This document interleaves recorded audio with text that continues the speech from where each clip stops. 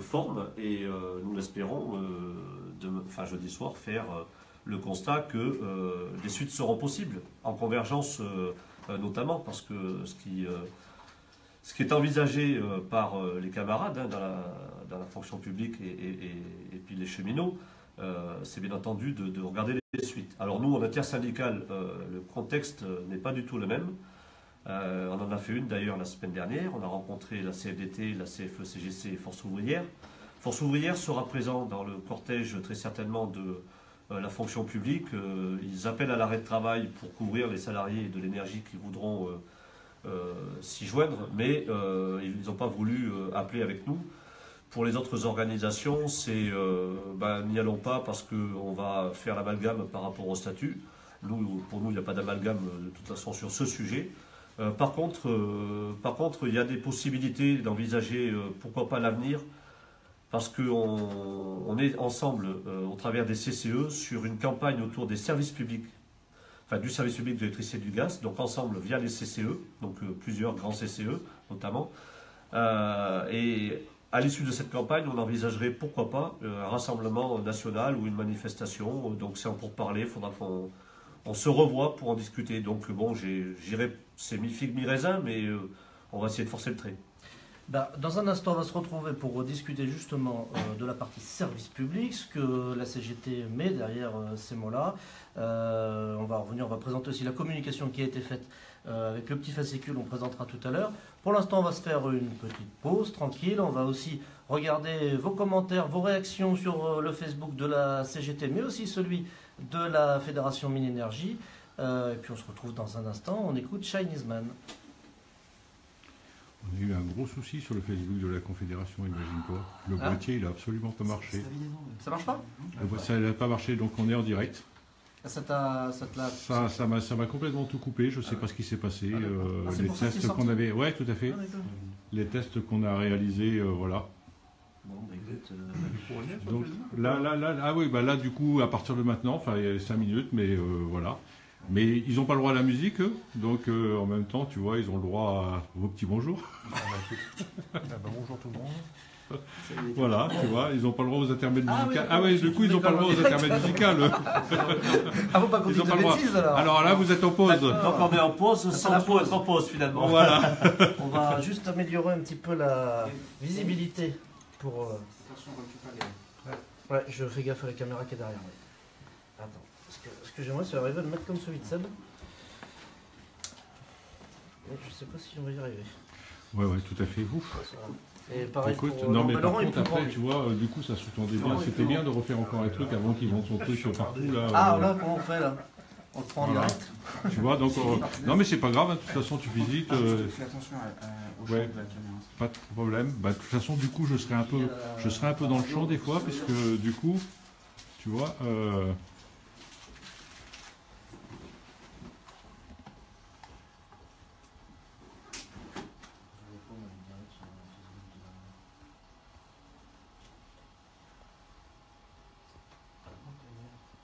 Pas moyen d'envoyer la musique en sortie. Ah si, c'est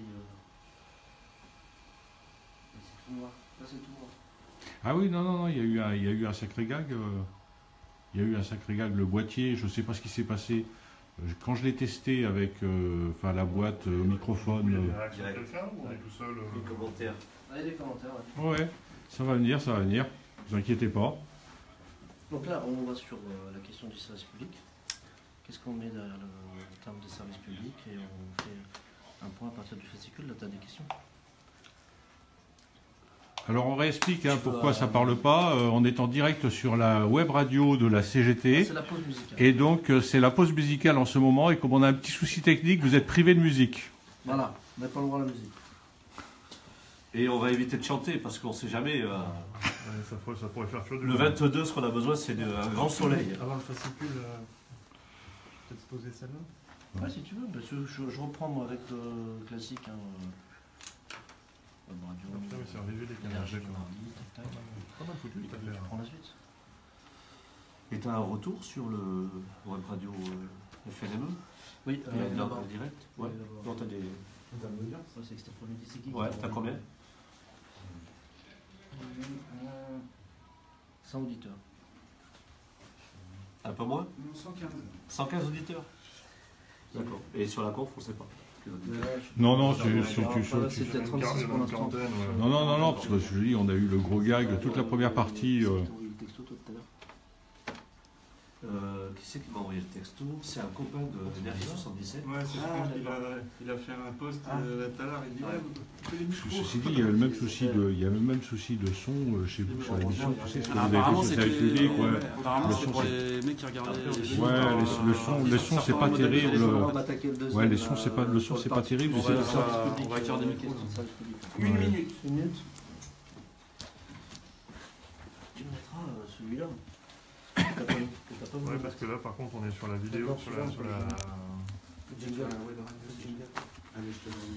Pourtant, Super Mario. Il n'est pas passé tout à l'heure, qu'est-ce qui s'est passé? Je sais pas. Tu passeras après, tu peux. Comment ça se fait qu'on n'est plus du tout cadré, là?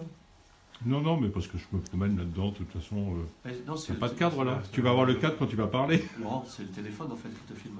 Ouais, c'est là qu'il C'est là. filme. Oui, non, mais sauf que c'est pas du tout l'image du téléphone, là. Ah oui, tout à fait. Image. Non, C'est parce que t'as je un suis passé par là-bas tout à l'heure. T'as un délai. T'as un délai Ouais, non, mais là, d'attente ça de fait 2 minutes. que c'est bloqué dessus, parce qu'en fait, les 15 gens... secondes. Non, tu vois, tu vois, ça. Ah oui, d'accord. 10, 9, 8, 7, 6, 5.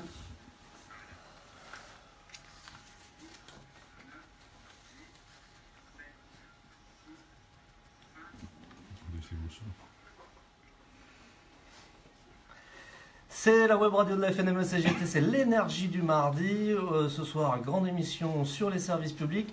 On reçoit 3 secrétaires généraux de fédération de la CGT, Laurent Brun, de la Fédération des cheminots, Baptiste Talbot de la Fédération des services publics, Sébastien Ménesplier de la Fédération Mine Énergie, des 3 fédérations de la CGT.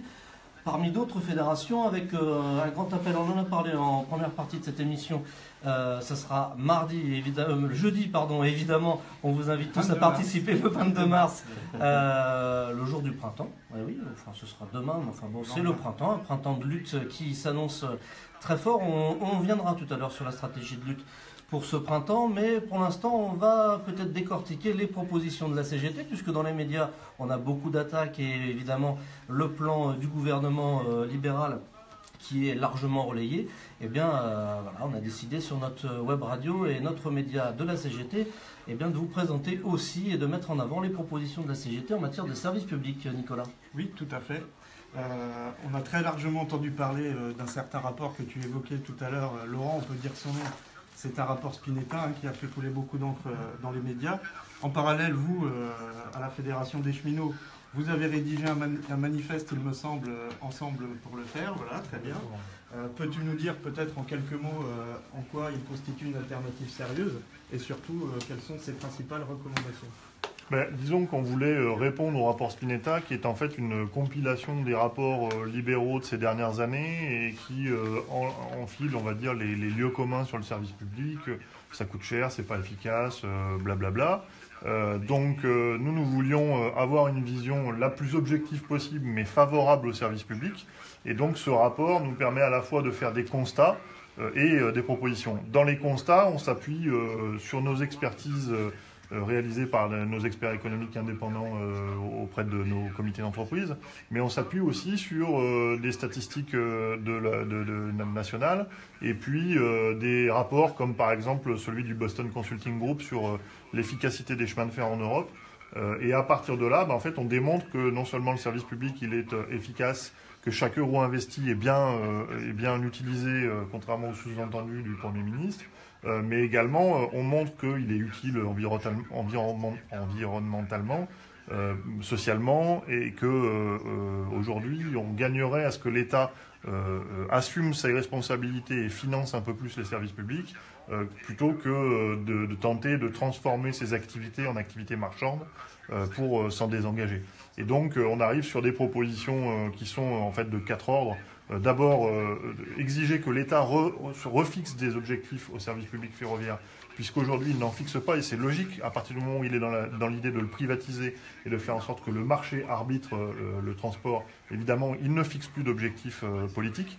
Le deuxième élément que nous demandons, c'est des financements en rapport avec les objectifs qu'on se fixe. pour que on puisse les atteindre. Le troisième élément, c'est la démocratisation, parce que on a besoin que les usagers et les salariés des services publics soient au cœur du système pour qu'ils répondent vraiment aux attentes de la population. Et puis le quatrième élément, c'est l'outil public plus efficace, l'organisation interne de l'entreprise SNCF, son caractère public, y compris le statut des salariés d'ailleurs, pour faire en sorte qu'on ait un outil pour vraiment que les objectifs ne soient pas simplement des lieux communs et des grandes déclarations sur l'environnement, mais qu'il y ait du concret derrière, avec des capacités de mesure, des capacités d'intervention sur réel. Voilà un peu l'objet de notre rapport. On l'a remis au Premier ministre. Nous sommes obligés de constater qu'il en tient peu de cas et que la ligne. Un rapport en même temps pour lui laisser le temps. Tout à fait. Enfin, on est un petit peu dans la situation que décrivait Baptiste tout à l'heure, c'est-à-dire qu'on est invité à des concertations dont on se rend bien compte que, en fait, on parle, mais il n'y a pas vraiment d'écoute, et que la ligne globale qui est fixée par le gouvernement, on va dire depuis quelques mois, ne varie pas d'une virgule, quoi. Donc c'est pour ça qu'on arrive aussi sur la question du rapport de force maintenant. Au-delà du constat et des propositions, il faut passer à l'action. C'est le nouveau monde, le nouveau dialogue, le nouveau monde, voilà. Oui, ça. Nouveau monde avec des solutions des années 70, voire même plus anciennes. Effectivement, on peut... Ça fait partie aussi du panel de communication, de faire croire en permanence qu'on réinvente les choses, mais en recyclant, voilà. D'autres questions, Nicolas? Alors, juste parce qu'on est en direct et du coup, on a les retours sur le plateau, mais alors du coup, on a le son aussi du retour de l'émission, et donc effectivement, voilà, on va baisser un petit peu les retours sur le plateau, mais c'est les joies du direct aussi, c'est comme ça. Donc, la présentation de la proposition des cheminots en matière de services publics. Sur les services publics, Baptiste, les propositions qui sont faites, y compris toi dans ta fédération, mais qui peuvent aussi converger avec celles de la CGT, pour un service public qui réponde à la population. Laurent parlait tout à l'heure, à juste titre, de démocratisation. Et nous, ce qu'on souhaite vraiment remettre au cœur, c'est l'idée que quand on parle de service public et de fonction publique, on parle de démocratie. Parce qu'on parle de la notion d'intérêt général, et nous on considère qu'il n'y a pas de démocratie ici, il n'y a pas une notion forte d'intérêt général. On parle d'argent public, parce que toutes les missions dont on parle, qu'elles soient assumées par le secteur public ou qu'elles soient déléguées au privé, elles sont bien financées par de l'argent public. Tout ça se fait sous l'égide de la puissance publique, parce que les donneurs d'ordre, ce sont bien les instances élues au niveau national ou local, et donc derrière ce sont bien les citoyens. Et quand on parle de fonction publique et de service public par ailleurs, il y a la question des garanties statutaires qui, on le rappelle nous, sont avant tout des garanties pour le citoyen, qui permettent que le service public soit rendu de manière égalitaire sur l'ensemble du territoire, mis à l'abri des pressions politiques et partisanes, et ça c'est extrêmement important, en particulier, je le dis, c'est important en général, mais nous on le vit vraiment direct dans la fonction publique territoriale, c'est-à-dire que quand on a... L'exemple qu'on prend souvent, il est un peu caricatural, mais c'est pour se faire comprendre. Quand on a un maire Front National, je le dis et j'alerte les auditeurs là-dessus, heureusement qu'il y a le statut de la fonction publique pour que les personnels ils puissent résister aux ordres illégaux et aux tendances à essayer de pousser les personnels à rendre un service public qui n'est pas un service public républicain. Et donc il est vraiment important qu'il y ait ce statut de la fonction publique. Ça permet des garde-fous justement pour éviter des dérives. Ah oui, d'ailleurs c'est pas un hasard si par exemple la France est plutôt très bien classée dans les classements internationaux sur la question de la lutte contre la corruption. C'est en particulier parce que dans ce pays il y a un secteur public fort avec un statut qui protège les personnels, et qui fait en sorte que les personnels puissent en particulier refuser les ordres illégaux, soit correctement payés, même si évidemment on dit qu'ils ne sont pas assez payés. Cette question de la lutte contre la corruption, c'est aussi un élément qui nous semble important. Donc tout ça pour dire qu'aujourd'hui, nous on dit non seulement il faut que le secteur public, la fonction publique, l'ensemble des services publics, qui gardent dans leur giron les missions actuellement dévolues, mais on dit surtout qu'il faut reconquérir les services publics qui ont été perdus et qu'il faut même aller à la conquête et faire en sorte qu'un certain nombre de missions aujourd'hui qui échappent au giron public rentrent dans le giron public, parce que, Laurent l'a dit, par ailleurs, le secteur public, il est efficace, y compris d'un point de vue économique. Un exemple qui me paraît intéressant, que je prends souvent, il y a un delta de 5 points sur les dépenses de santé entre la France et les États-Unis. En France, on dépense si j'ai bonne mémoire, 11% du PIB pour les dépenses de santé. Aux États-Unis, on en dépense 15 à 16%, avec des résultats qui sont absolument incomparables. C'est-à-dire que les conditions de la santé publique en France sont bien meilleures qu'elles ne sont aux États-Unis. Et ça, c'est précisément parce que aux États-Unis, le secteur de la santé il est très largement privatisé. Et donc, on est sur des logiques de rentabilité, de profit, qui, in fine, ont des résultats catastrophiques en santé publique. Les États-Unis sont un pays aujourd'hui où l'espérance de vie est en train de reculer. Donc voilà, ça c'est quand même une démonstration éclatante.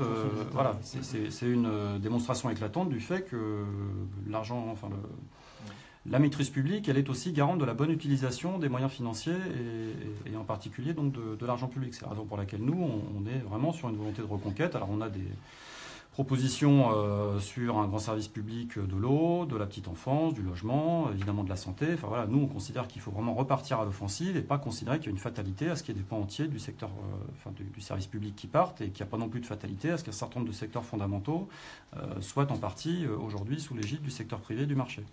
Alors déjà, il y a une convergence sur le concept de démocratie. Vous revenez, voilà, c'est très important. Est-ce que là, sur ce concept de démocratie, c'est-à-dire aller au plus proche des citoyens pour que les citoyens puissent avoir donner leurs mots, enfin en tout cas puissent s'exprimer et que ça soit pris en compte bien évidemment. Est-ce que vous pensez que le concept des services publics depuis que, on va dire après la Seconde Guerre mondiale, sur cette étape, ces étapes-là de l'histoire, ces services publics-là ont pu se mettre en place et la population avait beaucoup plus son mot à dire, était plus consultée, était plus prise en compte, ou est-ce que pour le coup on est aussi dans des concepts qui vont beaucoup plus loin et qui vont permettre justement avec des solutions qui vont permettre justement de pouvoir réellement prendre en compte les citoyens. Est-ce que Laurent ou... Je pense que quand les grands services publics ont été mis en œuvre et développés, il y avait une conscience dans la population que l'État représentait l'intérêt général. Et puis depuis, il y a eu une offensive libérale sur l'idée que l'État gère mal, que l'État ne sait pas intervenir. Ça a été appuyé par un certain nombre d'exemples malheureux, mais... c'est le fameux concept d'État-providence qui était remis en question. Tout à fait, mais les exemples malheureux de mauvaises décisions de gestion ne peuvent pas conduire à remettre en cause le système. C'est pas parce que la mairie est mal gérée qu'on revient à la féodalité. On change le maire, voilà. Donc la situation aujourd'hui sur les services publics, c'est que si on veut vraiment qu'ils regagnent du terrain, il faut que la population s'en empare et s'en réempare d'une certaine manière. Se dire que oui, j'ai le droit au transport, j'ai le droit à la santé, j'ai le droit à l'énergie, et ça doit redevenir quelque chose d'indépassable. Ça ne doit plus être soumis à la question est-ce que je peux financer moi-même, est-ce que je dois être sélectionné, est-ce que je dois avoir honte de ne pas avoir les moyens, est-ce que je dois être exclu de la communauté nationale parce que je n'ai pas ces moyens-là. Et donc le service public, on le met à disposition des citoyens. En tout cas, nous, c'est ce qu'on dit sur la question du transport. Le droit au transport, il doit être réaffirmé. Mais il ne pourra être réaffirmé pas seulement avec l'affichage des syndicats sur cette question-là, mais aussi si les citoyens s'en emparent. Je suis salarié d'une entreprise, j'ai le droit que le fait de me rendre de mon domicile à mon travail ne me coûte pas une fortune et que je ne perde pas mon salaire à ça. Ça doit devenir un droit, il doit y avoir une exigence citoyenne sur cette question-là. Et ensuite, évidemment, il faut qu'on s'organise, nous, en tant que salariés, pour fournir un outil qui réponde à ces exigences. Alors, dans l'énergie, Sébastien, par exemple, on voit le passage, on a eu... D'ailleurs, on l'a vu dans l'énergie, le passage de qualité d'usager à celui de consommateur aujourd'hui. Alors j'imagine aussi que dans l'énergie, ce concept de démocratie est aussi poussé dans l'idée du service public. Est-ce que c'est compliqué de pouvoir retravailler ces questions-là et que les citoyens s'intéressent réellement à l'énergie, sachant qu'aujourd'hui ils deviennent de plus en plus consommateurs? Bien sûr, c'est compliqué en effet parce qu'on a certainement perdu du temps vis-à-vis de la situation pour expliquer en fait où nous en sommes aujourd'hui. Et c'est d'ailleurs pour ça qu'on demande au gouvernement de pouvoir faire un bilan de la déréglementation du secteur énergétique qui depuis les années 2000 a détruit totalement le service public qui doit assurer la réponse à l'intérêt général. Et Nous, ce qu'on dit aujourd'hui, c'est de toute façon, pour l'énergie, on doit sortir le secteur de la manière dont il est organisé. Et donc, le système libéral n'est pas de toute façon la solution. Donc, il faut sortir l'énergie du système marchand, quoi, et remettre en effet la démocratie au cœur du système organisé. On a besoin de retrouver un service public de l'électricité et du gaz qui réponde véritablement à l'intérêt général. Mais si on fait une image aujourd'hui de la manière dont il est organisé, c'est très complexe, puisque les usagers aujourd'hui ont la possibilité de pouvoir aller chez, on va dire, plusieurs opérateurs, hein, que ce soit pour l'électricité ou le gaz. Et donc, d'ores et déjà, quand on fait cette image-là, il faut qu'on se dise que si on veut changer les choses, partons de cette photographie pour essayer de gravir des étapes. Alors, nous, on a pensé justement réorganiser le service public de l'électricité et du gaz en démocratisant le système. Alors, démocratiser le système, ça veut dire quoi? Ça veut dire remettre l'appropriation publique au cœur de l'organisation, les usagers, les représentants des salariés, des élus politiques locaux, nationaux, tout ce bon monde qui pourrait, on va dire, imposer à toutes les entreprises, du public comme du privé, qui sont dans le secteur aujourd'hui, imposer des stratégies d'investissement, de la solidarité en direction des précaires énergétiques, de pouvoir aussi décider de pouvoir, réorganiser dans certains territoires le système de commercialisation ou de distribution ou de transport ou de production. Bref, ce que l'on dit aujourd'hui, c'est que pour y arriver, on a besoin d'une loi. Comme en 1946, quand on a décidé de nationaliser le secteur et nationaliser EDF-GDF, la loi qui a été votée à l'époque, elle traduit une organisation même, y compris jusqu'à garantir pour les agents un contrat de travail lié à un statut des personnels.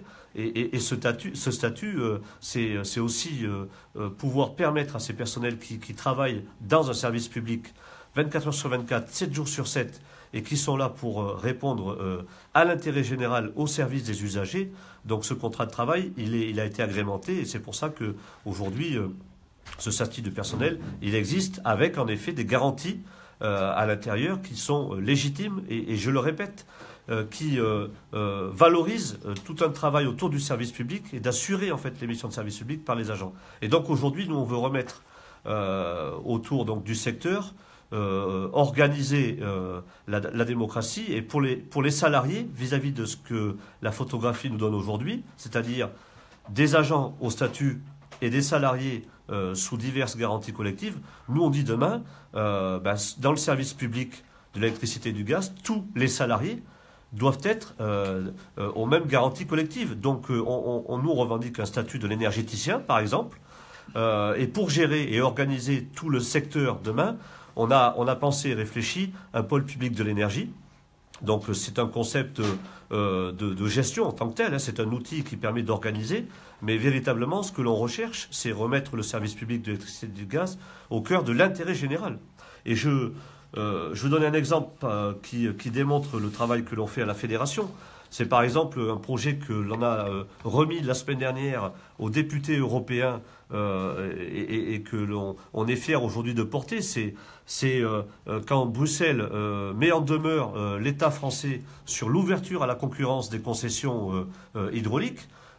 C'est un véritable... c'est invraisemblable ce qui se passe. Au moment où on prône les énergies renouvelables, au moment où tout est à organiser autour du solaire, de l'éolien et l'abandon, on va dire, des systèmes de production historiques. Eh bien, écoutez, si l'hydraulique n'est pas une énergie propre, faut qu'on explique aux usagers. Alors qu'est-ce que c'est? Et nous, ce qu'on dit aujourd'hui, c'est que autour d'ailleurs de la production hydroélectrique, il n'y a pas que l'électricité, il y a aussi tout l'usage de l'eau. Et l'usage de l'eau, ce sont des services d'intérêt généraux. Donc, dont les usagers peuvent, comment dire, en utiliser sous diverses formes, et on a besoin aujourd'hui de remettre donc enfin d'alerter d'abord la population, comme quoi il y a quand même danger vis-à-vis de la production hydroélectrique. Donc on est contre la mise en concurrence et on souhaite que le gouvernement défende son système aujourd'hui d'organisation des concessions. Je dirais que c'est un problème franco-français, en effet, parce que quand on discute avec des députés européens ou avec la Commission européenne à la concurrence notamment, on nous fait bien comprendre que l'État n'est pas trop défensif vis-à-vis de son capital organisé autour de concessions hydrauliques. Voilà. Donc un projet qu'il nous faut aujourd'hui faire connaître du plus grand nombre, et on aura besoin des usagers pour défendre le service public de l'électricité et du gaz, mais surtout pour l'améliorer et aller vers un nouveau service public digne du XXIe siècle. Alors sans transition, on va passer de l'eau à Nicolas. Nicolas, on ne boit pas beaucoup d'eau, hein, mais... Nicolas, des réactions, des commentaires sur Facebook? Je rappelle tout d'abord qu'on peut réagir sur la page Facebook. On remercie Franck qui intervient en direct sur la page en nous disant on connaît l'objectif du tout privatisé, mais comment faire prendre conscience du danger, notamment aux usagers, puisque la question centrale autour des projets tels que vous nous les avez présentés, c'est bien remettre les usagers au cœur des services publics de demain. Mais moi, il me vient une question quand même, parce que j'ai entendu parler de démocratie. Alors ça revient toujours lorsqu'on met les projets de la CGT en avant dans les médias, notamment, c'est quel est le financement qu'on peut mettre en œuvre pour porter nos projets, pour qu'ils deviennent non pas une utopie, mais qu'ils soient bien réalistes. Peut-être un commentaire. C'est une question centrale parce que c'est le cheval de Troie sur les services publics. En 1984, Alain Minc disait que pour abattre les services publics, il fallait les prendre en tenaille entre des déficits insoutenables et des financements en voie de raréfaction. On est exactement dans cette situation. Le déficit, la dette ferroviaire, elle est dans cette logique-là. La dette des universités qui est en train de se creuser, la dette des hôpitaux est liée toujours à la même chose, c'est-à-dire qu'on donne l'autonomie financière à un établissement public, on le prive de subventions et à un moment donné, évidemment, il est étranglé, il ne répond plus aux besoins et donc il crée du mécontentement et on propose sa privatisation. La solution, d'abord, c'est de regarder comment ça se passe dans le privé. Et l'exemple américain que citait Baptiste tout à l'heure, il est édifiant, mais il n'est pas édifiant que là-dedans. En matière d'infrastructure, les États-Unis sont complètement à la ramasse, si on peut s'exprimer comme ça, puisque les infrastructures ont été construites par la puissance publique dans les années 60 et n'ont pas du tout été entretenues et régénérées par les gestionnaires privés qui en avaient la charge. Et donc aujourd'hui, il y a un rapport des ingénieurs américains, ingénieurs civils américains, qui explique qu'il va falloir investir 3600 milliards de dollars pour régénérer les infrastructures, qu'elles soient routières, ferroviaires, de télécommunications ou énergétiques. C'est une somme évidemment qui est colossale, et si on la rapportait à la France, il faudrait qu'on investisse 500 milliards d'euros en France sur nos infrastructures. Il y a besoin d'investir dans les infrastructures en France, mais pas à un niveau tel, parce que les entreprises publiques et les services publics ont maintenu en état ces infrastructures, qu'ils ont contribué à une certaine régénération de ces infrastructures, et donc on n'est pas du tout dans la situation de coût qui est posée. Mais on constate par contre que pour le service public, il n'y a pas d'argent, alors que pour le service privé, vous voyez, les États-Unis vont dépenser, Trump a déclenché un premier plan de 1500 milliards de dollars, donc là, on a de l'argent. Ensuite, quels sont les financements ? Les financements, c'est l'impôt. C'est sous toutes ses formes. Ça, je ne suis pas un spécialiste du cru pour le sujet, mais l'impôt sous toutes ses formes, et surtout, c'est la solidarité nationale. C'est-à-dire que grâce à l'impôt, on prélève plus sur ceux qui ont le plus de moyens et un peu moins sur ceux qui en ont moins. Et par contre, tout le monde bénéficie à égalité du service public, et c'est pour ça qu'il est efficace. À l'inverse, la logique de profit qui paye amène à ce que disait Baptiste tout à l'heure sur la santé, c'est-à-dire qu'on a des systèmes qui ne sont pas du tout efficaces et qui qui répondent pas aux besoins. Donc nous, sur les financements, par exemple, c'est ce que nous disons en termes de critique auprès de la réforme ferroviaire, c'est que c'est la troisième réforme qui part de la situation de la dette qui se développe, et c'est la troisième réforme qui s'apprête à ne pas régler le problème. C'est quand même extraordinaire. Donc il faut régler ce problème en donnant au service public des vrais financements pérennes qui lui permettent de se développer et de répondre aux besoins de la population. Et là-dedans, on a quelques propositions que je ne vais pas détailler parce qu'elles sont un peu techniques, mais de création de ressources nouvelles. Pour voir qui bénéficie, par exemple, du transport. Celui qui bénéficie du transport, contrairement à ce qu'on peut imaginer, c'est pas l'usager. C'est le centre commercial dans lequel il se rend. C'est l'entreprise dans laquelle il va travailler. C'est la zone de loisirs qui va vivre du fait qu'on amène des gens dans ces endroits-là. Et donc, voilà, ça fait partie des choses qu'on met en débat. Tout à fait. Baptiste, une réaction ? Mais je crois que cette question du financement, elle est vraiment capitale, parce qu'il y a une chose qui se confirme d'enquête en enquête, c'est que la très grande majorité des Français sont attachés à leur service public. Et je pense qu'un des sujets sur lesquels on a besoin de travailler, c'est que ce qui par contre se modifie dans l'opinion, c'est ce qu'il est encore possible de financer nos services publics.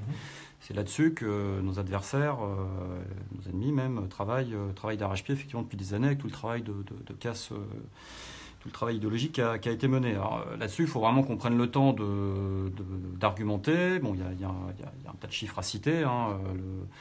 Aujourd'hui, il y a plus de 200 milliards d'aides publiques versées chaque année aux entreprises par l'État, par les collectivités, ce qui représente quand même la bagatelle d'à peu près 10% du PIB. Il y a un poste en 15 ans qui a triplé dans le budget de l'État, c'est celui des aides au patronat, donc x3 en l'espace de 15 ans.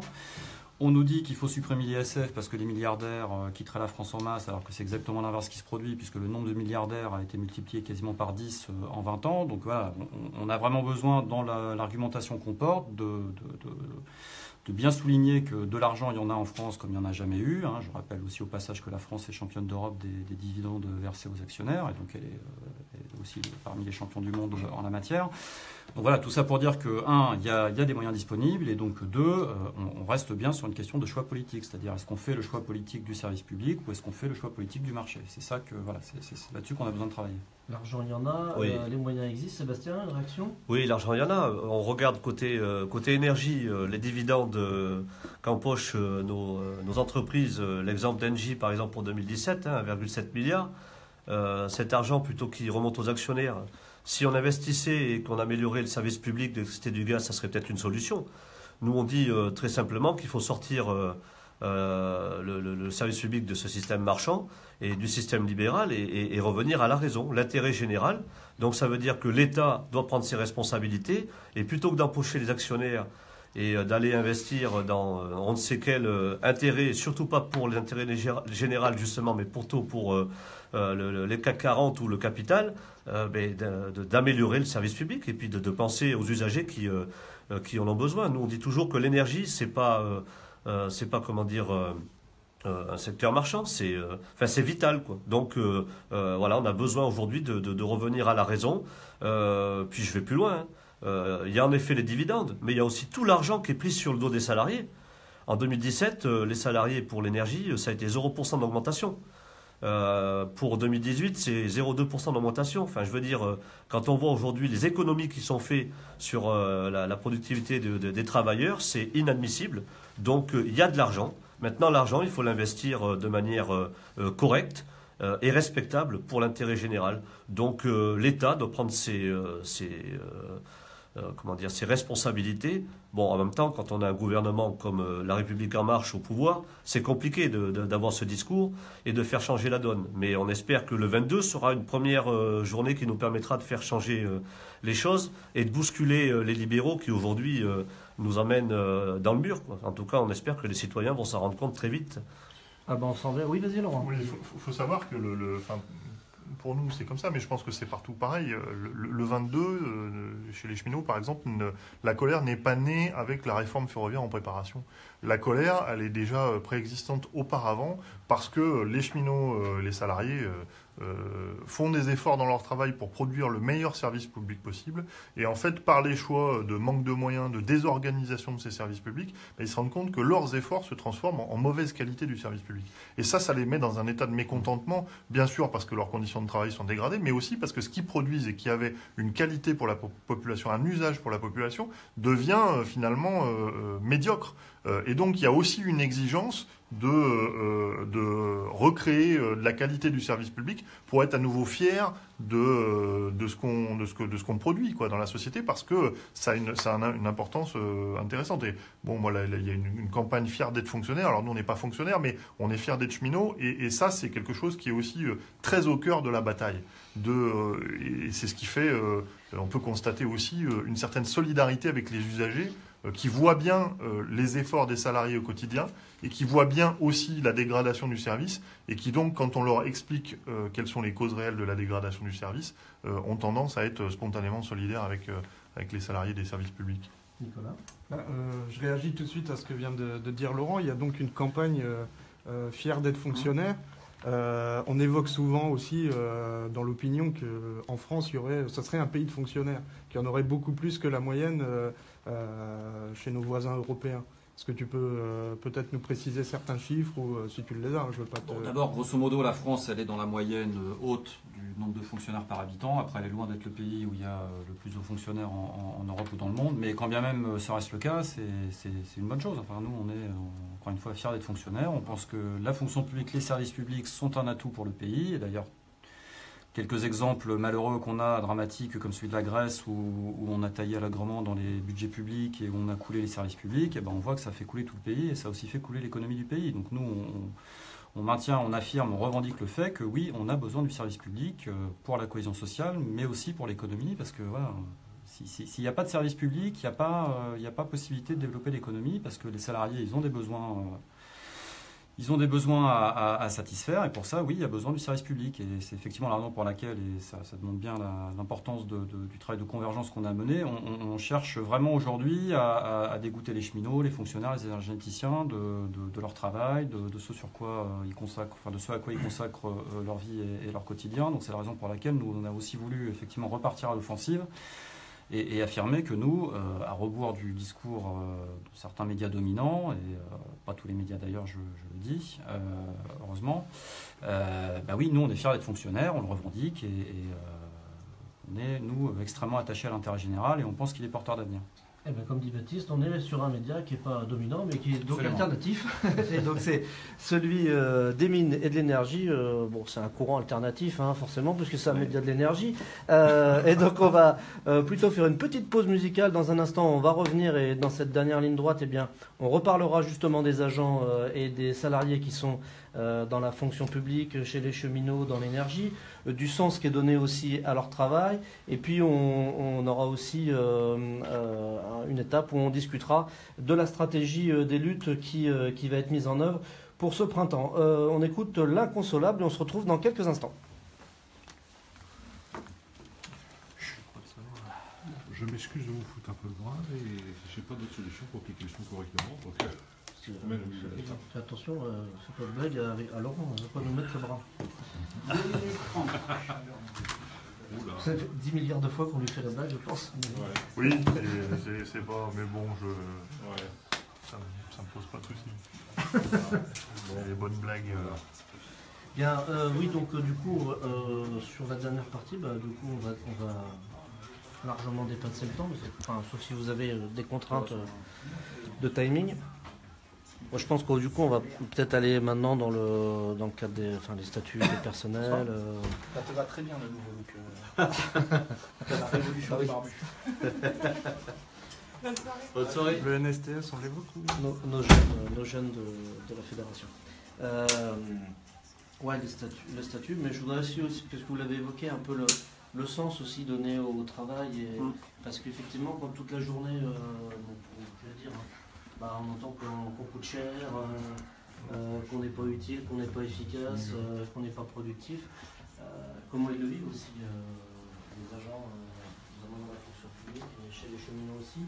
Alors, on sera peut-être un peu incisif avec les cheminots, mais ça va être exprès pour lancer un peu la mise en matière. On ne serait pas fiers que tous les journalistes qu'on a pu voir. Encore que tu les trouves relativement. Ouais. Il n'y a pas d'unanimisme. On a connu il y a quelques ans, mais je pense que ça tient aussi à l'état de l'opinion publique. Ils sont dans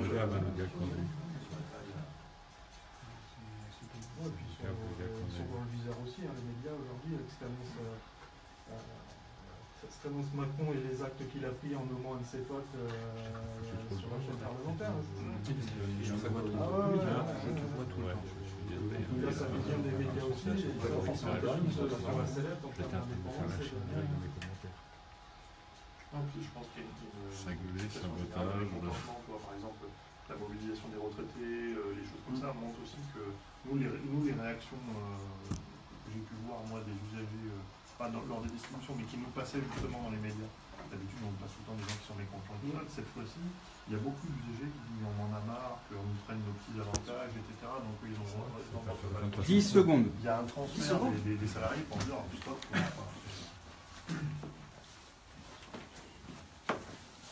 Mario.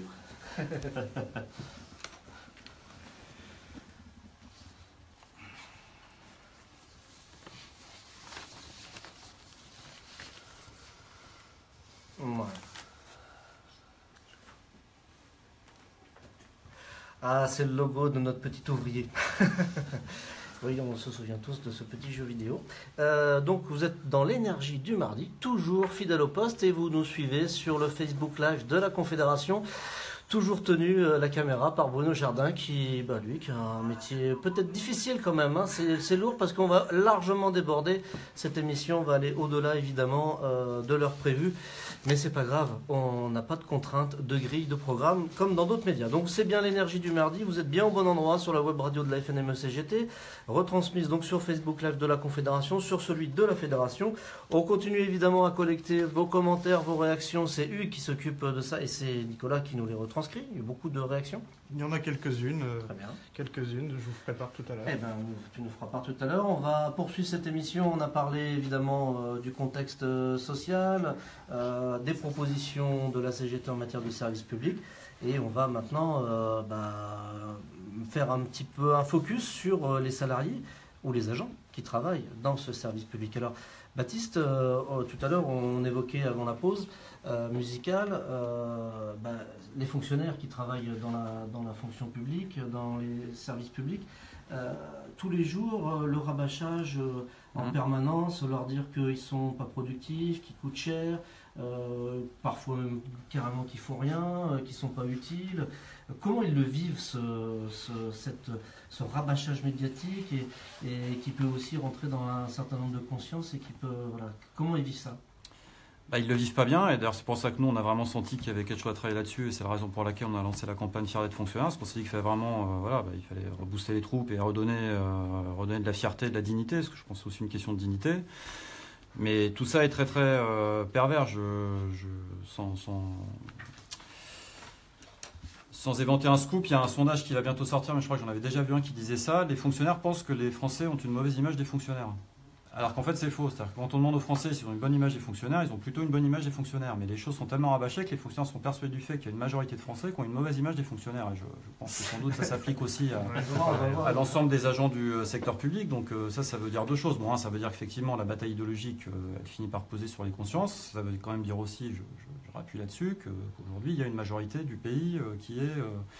je pense de notre côté, c'est-à-dire que personne ne pense que les réformes que mène, enfin personne, il y en a quelques-uns, mais la grande majorité de la population ne pense pas que ce que veut faire Emmanuel Macron est une bonne chose pour le pays. Donc la véritable question, ce qu'on se disait tout à l'heure, c'est qu'il faut convaincre qu'on peut continuer de faire le choix du service public et de l'intérêt général. Donc voilà, c'est sûr que tout ça c'est difficile, parce que par ailleurs, les conditions de travail se dégradent, les conditions salariales sont ce qu'elles sont, la vie est difficile pour tout le monde. Par ailleurs, les fonctionnaires, c'est pas des gens qui vivent en dehors de la société, donc ils sont aussi confrontés à des familles qui sont au chômage, à des parents qui sont à la retraite, qui ont des petites retraites. Enfin voilà, les fonctionnaires, ils sont dans le pays tel qu'il est aujourd'hui, donc la vie effectivement elle est difficile. Et c'est la raison pour laquelle nous on pense vraiment qu'il faut mener ce travail de reconquête et de redonner envie de gagner et de se battre, parce que nous on est convaincus du fait qu'on peut gagner. Ce sens au travail, Sébastien, dans l'énergie, comment les agents, j'allais dire, mais aujourd'hui l'ensemble des salariés de l'énergie, comment ils le vivent, ce sens au travail? Parce qu'on leur demande d'avoir une continuité de service, que le service soit toujours fourni. Tout à fait. Mais en même temps, on ne crée pas toujours les conditions pour qu'ils puissent le faire. Et il y a aussi une dégradation de l'image de la population envers les salariés de l'énergie. Oui, en effet, il y a une continuité de travail qui est assurée, alors pas par tous les métiers, mais on va dire la plupart des métiers qui l'assurent, ce sont surtout ceux qui interviennent autour d'assurer les missions de service public, je le disais tout à l'heure, 24 heures sur 24, 7 jours sur 7. Moi, j'ai envie de dire que les cheminots, avec la situation telle qu'ils vont, aujourd'hui se battre pour pas qu'elle soit appliquée, et on espère qu'elle ne le sera pas. Nous, on l'a vécu parce que la concurrence, elle est là chez nous. Et la concurrence, elle amène quoi? Elle amène le dumping social, c'est-à-dire qu'on a des salariés qui sont au statut et d'autres qui sont sous convention collective.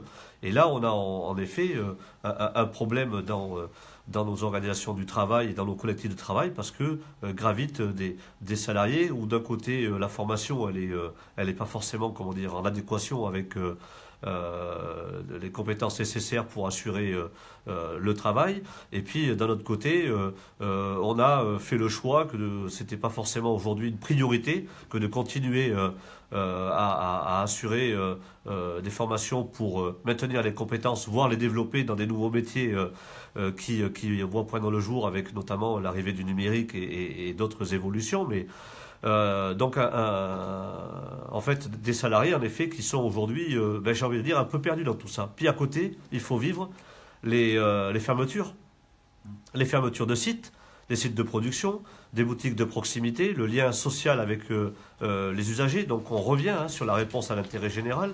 Donc ces fermetures de sites qui sont vécues au quotidien emmènent justement encore plus de désarroi et de démotivation pour un travail au quotidien dans un service public de l'électricité et du gaz. Donc oui, c'est difficile, et aujourd'hui, on le voit très sincèrement. D'ailleurs, on a un indicateur qui est assez significatif, parce que quand on se bat pour l'intérêt général et donc la défense du service public, on doit convaincre. Et convaincre un agent, c'est pas forcément le plus simple aujourd'hui, parce que ce qu'il vit au quotidien dans son collectif de travail et j'ai envie de dire tous les jours, vis-à-vis de sa hiérarchie de proximité, ou plus globalement dans l'entreprise dans laquelle il se trouve, fait que la démotivation emmène le repli sur soi et l'individualisme. Donc convaincre nos agents aujourd'hui de l'intérêt de se battre fait partie de notre rôle de militant au quotidien. Mais je le redis, c'est pas le plus simple. Et nous espérons que les choses vont s'améliorer et que les consciences vont bouger. Laurent, du côté des cheminots, alors on le sait maintenant, c'est effectivement le statut des cheminots qui coûte trop cher, c'est ce qui fait que l'entreprise ne peut pas tourner. Donc comment ils le vivent, ça, les cheminots? Parce que leur rabâcher tous les jours qu'ils coûtent cher et que effectivement c'est eux qui ont mis à mal leur entreprise. Ça doit pas être facile forcément à vivre tous les jours, d'autant qu'en plus, alors on n'en a pas parlé, mais j'imagine aussi dans la fonction publique, dans le service public, chez les cheminots, c'est réel, dans l'énergie, il y a déjà eu les années passées un certain nombre de choses qui se sont opérées avec de la sous-traitance, donc forcément on a enlevé aussi d'un statut, ou en tout cas de ce qui pouvait relever de conventions un peu qui était historique, et donc on a aussi enlevé à ces salariés-là la possibilité d'avoir ces statuts. Mais qu'est-ce qu'il en est alors chez les cheminots? Il coûte réellement cher, le statut des cheminots? Mais chez les cheminots, c'est comme partout ailleurs, il y a une offensive idéologique pour dégoûter les salariés de leur travail, de manière à ce qu'ils ne le défendent plus, parce que ce sont des salariés qui sont très attachés à leur travail et à la finalité sociale de leur travail. Et donc, la seule manière de remettre en cause ça, quand vous avez à la fois des salariés qui sont motivés et des usagers qui sont demandeurs, c'est évidemment de casser l'ensemble. Donc, on véhicule effectivement l'idée que les cheminots coûtent cher. Ça n'est appuyé sur absolument aucune démonstration concrète, puisque l'histoire des 30% que coûterait le statut en plus par rapport au privé n'est appuyée sur aucune étude. Nous demandons, nous d'ailleurs, au gouvernement systématiquement qu'il nous fournisse cette étude, de manière à ce qu'on puisse l'analyser, la contester. En vérité, il n'y a rien du tout, c'est un élément de propagande. Et d'ailleurs, le discours change. On n'est plus sur 30% de surcoût, on est sur 20 à 30% de surcoût par rapport à une situation idéale. Et puis quand on dit mais une situation idéale c'est quoi, on nous explique que c'est plus compliqué que ça et qu'il y a des calculs scientifiques qui ont été faits. Et donc par exemple l'entreprise est obligée de maintenant dévoiler des calculs qui sont des calculs immondes. On nous explique par exemple que le fait de ne pas pouvoir licencier les inaptes au travail qui, pour des questions médicales, ne peuvent plus tenir certains postes, ça coûte 3% de plus à l'entreprise que si on pouvait les licencier. Ce sont des logiques qui sont particulièrement immondes. Et en plus, au-delà de ça, ça n'est pas vrai. Ces salariés, ils peuvent coûter, à partir du moment où on leur fournit pas de poste correspondant à leurs aptitudes. Si on pouvait les reclasser dans des services, on va dire, à moindre risque et à moindre contrainte, ils ne seraient absolument pas du tout une charge. Or, aujourd'hui, on ne peut plus les affecter à ces services-là parce que ces services, ils ont pour la plupart du temps été sous-traités. Et donc, voilà, il y a une espèce d'ambiance qui se développe. Tout ça se confond avec le système des restructurations permanentes dans lequel, bon, en gros, on vit des plans de réorganisation tous les ans, dans lequel l'objectif c'est supprimer des emplois. On en supprime à peu près 2000 par an depuis 2 ans. C'est extrêmement important et ça procède de l'idée que tout est toujours trop cher. Or, la problématique, c'est jusqu'où on descend. Aujourd'hui, la masse salariale de la SNCF, elle pèse 33% du chiffre d'affaires. On descend à quoi? 20, 10, 0 voilà, où va-t-on? Et effectivement, les salariés, du coup, n'ont plus conscience de ce que produit leur travail en termes de richesse. Or, quand on regarde les comptes de l'entreprise publique, pas de ses filiales, mais de l'entreprise publique, on voit bien la valeur ajoutée créée par le travail des cheminots. Elle est extrêmement importante et que le bénéfice final, enfin en tout cas le bénéfice intermédiaire plus exactement, il pourrait représenter jusqu'à 4 milliards d'euros sur des chiffres d'affaires qui représentent 22 milliards. C'est extrêmement important. Par contre, après ce bénéfice intermédiaire, il faut assumer un certain nombre de choses. Il faut assumer les frais financiers d'une dette qui est issue de la construction de nouvelles infrastructures dont le pays s'est doté. Ça plombe les comptes de plus d'1,5 milliard. Il faut assumer ensuite les investissements de l'État qui n'a pas mis l'argent nécessaire pour la régénération des lignes pendant plus de 40 ans. Ça, c'est pas seulement la CGT qui le dit, mais c'est l'École Polytechnique de Lausanne qui a fait un rapport là-dessus en 2007. Quand on rattrape 40 ans, quand on doit rattraper 40 ans de sous-investissement, évidemment, il faut mettre de l'argent sur la table. Et donc, cette année, par exemple, la SNCF va investir 6 milliards d'euros dans la régénération des infrastructures. Évidemment, quand vous avez ce niveau d'investissement à assumer que l'État ne finance pas, eh bien, ça plombe les comptes. Mais à un moment donné, on pourrait se poser la question, dans une logique de report modal et dans une logique de finalité sociale, est-ce que, par exemple, l'État qui paye 99% des coûts liés à l'infrastructure routière ne devrait pas faire la même chose dans le domaine du ferroviaire ou du fluvial, qui sont des transports plus respectueux de l'environnement. S'il le faisait, la question des bénéfices de l'entreprise SNCF serait absolument phénoménaux. Et donc on voit bien que le statut est absolument pas un problème. Et d'ailleurs, on le constate dans la sous-traitance, qui est globalement plus chère que tout ce qui est réalisé en interne. On le voit également dans l'entretien des voies, par exemple, c'est 10%. Mais on n'a pas que l'entretien des voies, on a aussi dans l'ingénierie, où une journée d'un ingénieur dans un centre d'ingénierie va être facturée 500 € par l'entreprise prestataire, alors qu'elle file 200 € à son ingénieur en termes de salaire. Donc on sait très bien que le statut n'est pas un obstacle. On le voit également dans le transport de marchandises ferroviaires. Les concurrents privés n'ont pas le statut, et pourtant elles sont dans une situation financière largement aussi détestable que le fret ferroviaire public. Donc le statut ne fait pas de différence. Par contre, le statut, c'est un outil d'égalité.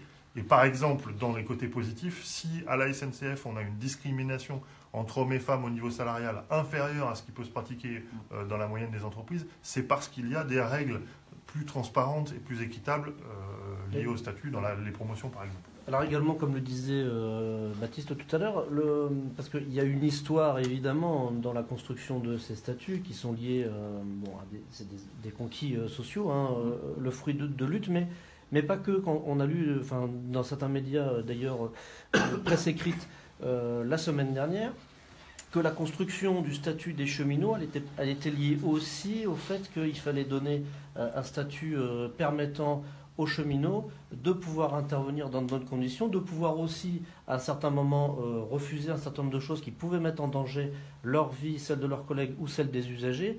Donc elle ne s'est pas construite uniquement c'est pas tombé du ciel, les statuts et la construction des statuts, que ce soit à la fois Oui. dans l'énergie, dans les services publics ou dans les cheminots. Il y a aussi un réel intérêt de pouvoir donner une réelle expression ou intervention des agents qui sont porteurs de ce statut. À la SNCF, dans le monde ferroviaire, il y a deux sujets en fait qui ont été majeurs dans la construction du statut, c'est les compétences et justement la notion de sécurité. Dans la notion de sécurité, c'est tout ce que disait Baptiste sur l'indépendance, le fait de ne pas accepter des ordres illégaux, d'appliquer ses procédures indépendamment des pressions extérieures, etc. Dans le domaine des compétences, c'est aussi le fait de fixer le personnel. Pour assurer cette sécurité, y compris assurer la qualité du service et son efficacité, il faut fixer les compétences. Et on le voit par exemple dans la sous-traitance privée.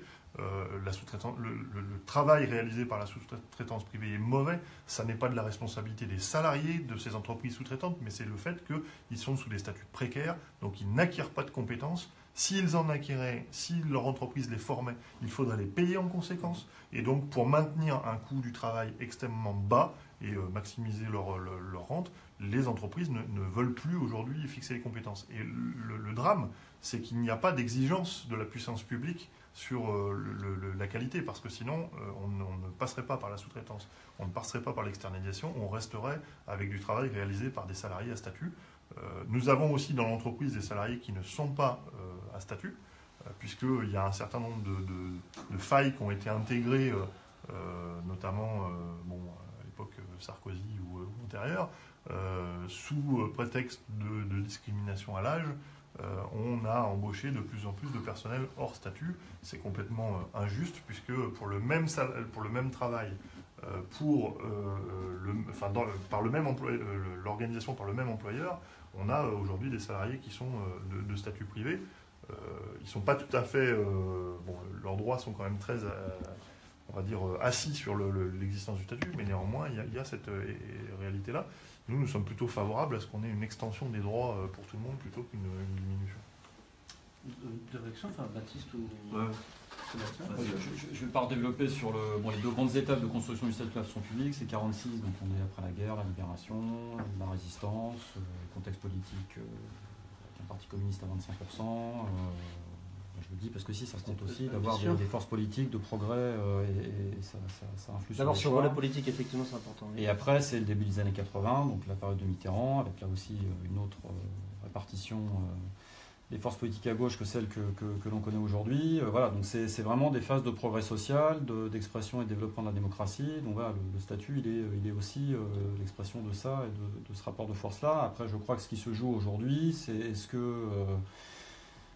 est-ce qu'on cherche davantage de solidarité, davantage d'égalité, davantage de sécurité collective, ou est-ce qu'on généralise la précarité? Parce que c'est bien ça le sujet au fond. Et il y a vraiment un lien étroit entre ça et la question de la démocratie. C'est-à-dire que si c'est la précarité généralisée, ça ne sera plus la démocratie telle qu'on la connaît aujourd'hui, et on ne sera plus en République avec les notions d'intérêt général en particulier qui seront déterminantes et structurantes. Donc ça, voilà, c'est vraiment quelque chose sur lequel on a besoin vraiment de bien appuyer. On est réellement en train de vouloir faire sauter un verrou qui n'est pas qu'un verrou statutaire pour les personnels.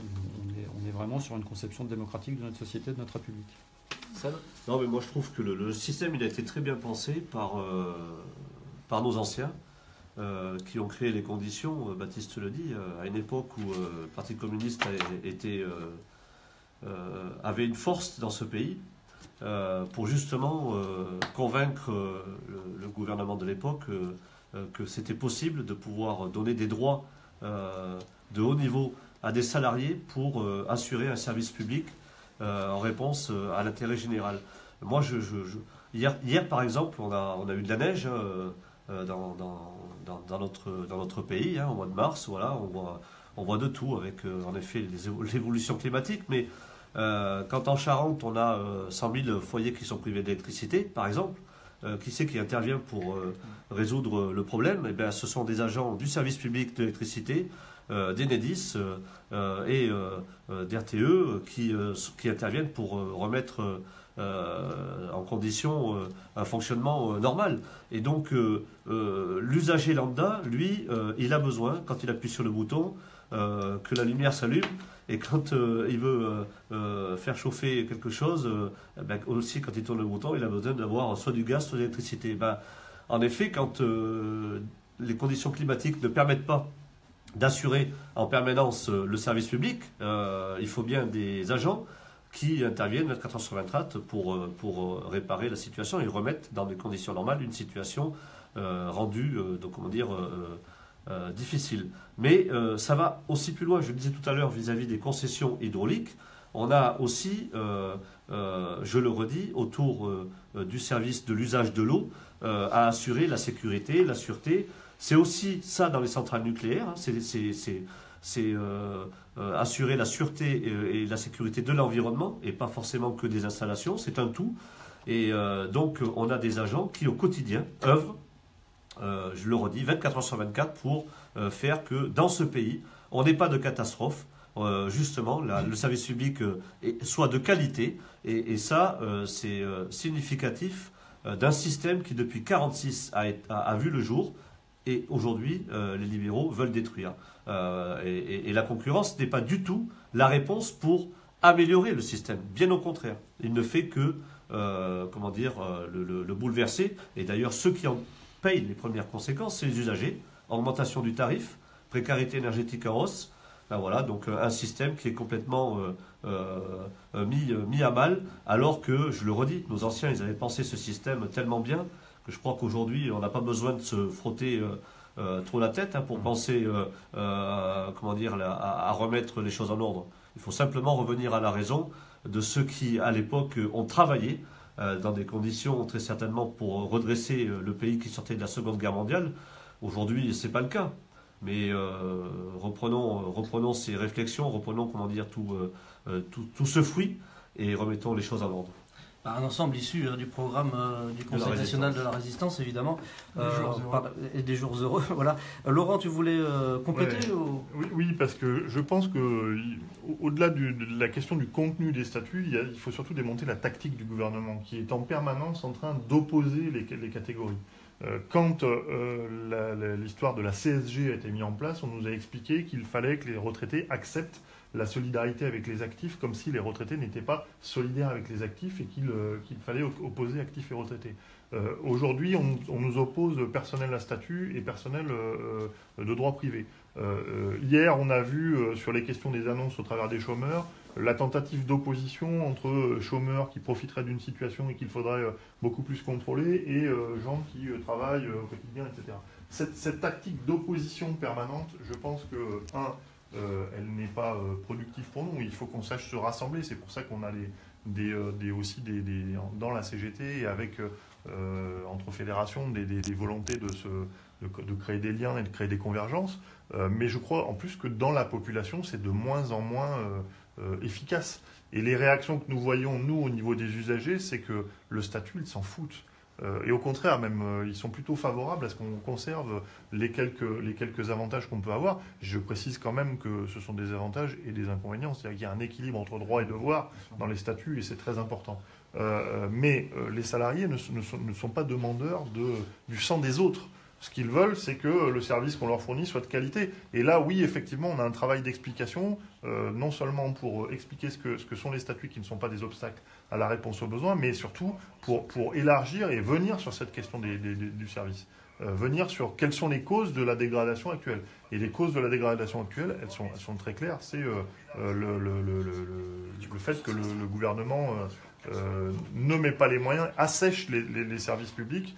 Bon voilà, et moi je suis toujours assez effaré des attaques qui sont perpétrées contre les fonctionnaires notamment, sans qu'on détaille ce que sont les fonctionnaires, sans qu'on détaille ce que ça veut dire que de payer le prix des différents services publics. Et au niveau des cheminots, c'est exactement la même chose. Il y a tout un tas de sondages qui sortent sur êtes-vous pour la suppression du statut, etc.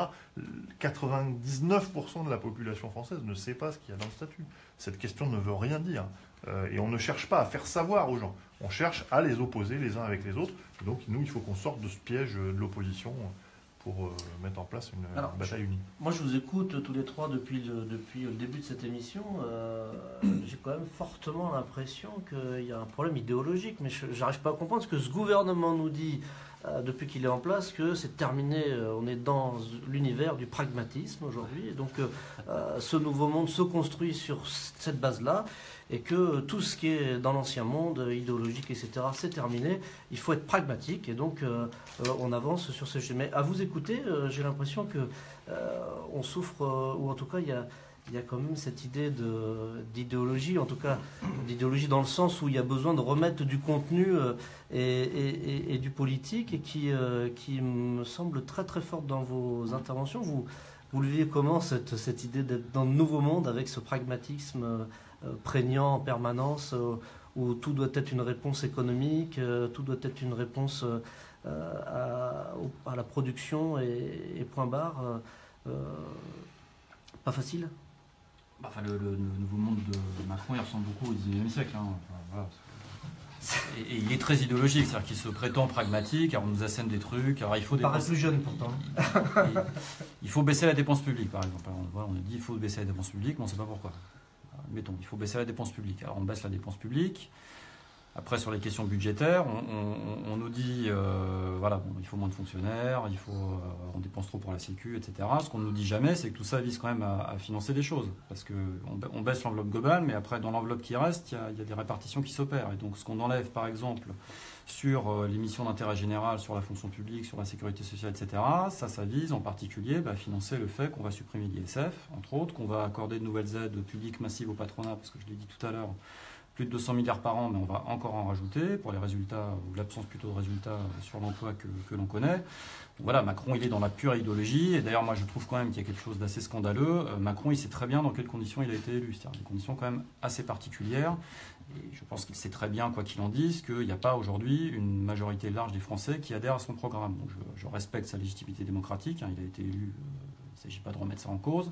Après, la question de l'adhésion des citoyens à son programme et l'adhésion à un programme qui consiste à casser l'ensemble des garanties collectives, je pense qu'il devrait être un petit peu plus prudent. Enfin, je ne travaille pas dans son intérêt, donc je m'en fous un peu qu'il soit prudent ou pas. Mais enfin, il y a quand même de son point de vue vraiment une forme de malhonnêteté qui en dit long sur le personnage. Et voilà, donc effectivement, il y a besoin de mener ce travail de décryptage. D'ailleurs, je suis frappé du fait que beaucoup de jeunes camarades aujourd'hui sont notamment en attente d'histoire, de connaissances historiques.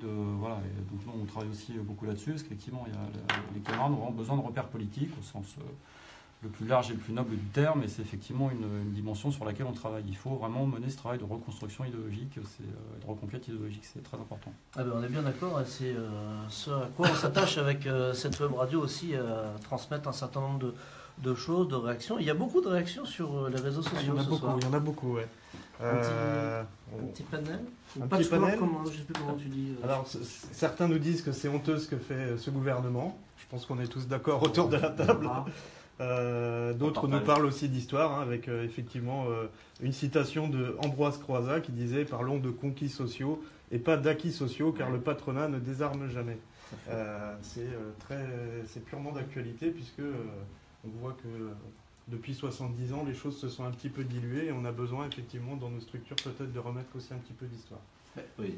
Dans cette bataille idéologique, pardon Sébastien, tu voulais intervenir peut-être ? Oui, non, mais parce que moi je voulais prendre l'exemple de ce qu'on a fait la semaine dernière avec les hydrauliciens devant le Parlement européen, où d'ailleurs on a des députés européens qui sont venus saluer la mobilisation et la lutte menée par nos camarades depuis des années pour défendre le service public et l'intérêt général. J'ai été vraiment intéressé par le discours que portaient beaucoup de jeunes présents, d'ailleurs, je dirais majoritairement présents, les jeunes qui aujourd'hui, justement, ne rentrent pas dans ce piège de ce que voudrait nous emmener le gouvernement actuel, mais en effet c'est le 19e siècle qui est un peu comme ça, hein.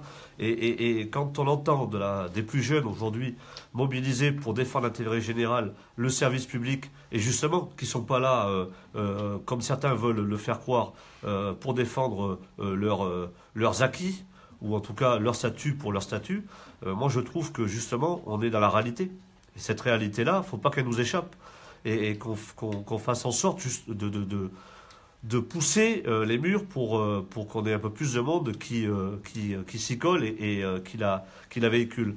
Et les députés européens qu'on a rencontrés, on leur a fait comprendre que le mouvement syndical, il est intéressant, même si des fois, il a du mal à prendre. Mais on a besoin aujourd'hui d'avoir aussi le mouvement politique qui doit prendre, comment dire, tout le système tel qu'il est organisé pour regarder tous les méfaits qui se passent, parce que quand on est sur la mise en concurrence des concessions hydrauliques, il ne peut pas y avoir que l'organisation syndicale qui s'intéresse à cette situation. Les députés, qu'ils soient français ou européens, doivent prendre connaissance du sujet, doivent intervenir au niveau je dirais, pour lequel ils ont été élus, et puis, à un moment donné, c'est prendre leurs responsabilités. C'est-à-dire, pourquoi pas exiger de la part du gouvernement aujourd'hui un débat public où on mettrait les usagers au cœur de ce débat pour leur expliquer la problématique et puis pour leur dire, attention, mobilisons-nous ensemble, politiques, citoyens, syndicalistes, salariés, pour essayer de faire reculer tout un système organisé qui on va dire, organise l'austérité, voilà, organise le changement vers tout un système qui a été organisé solidaire et autour des services publics. Voilà, donc moi je pense qu'aujourd'hui la jeunesse, elle a une réflexion intéressante vis-à-vis de ce qui se passe et on doit en prendre conscience. Alors, depuis l'avènement du libéralisme, en tout cas à la fin des années 70, début des années 80, où c'est monté en puissance, y compris dans les pays anglo-saxons, nous, on a vu aussi en France un certain nombre d'entreprises qui étaient d'État, qui ont été morcelées, scindées. Je pense à ce qui s'est passé dans les télécoms, à la Poste. On voit dans l'énergie, on est frappé, on est en plein dedans.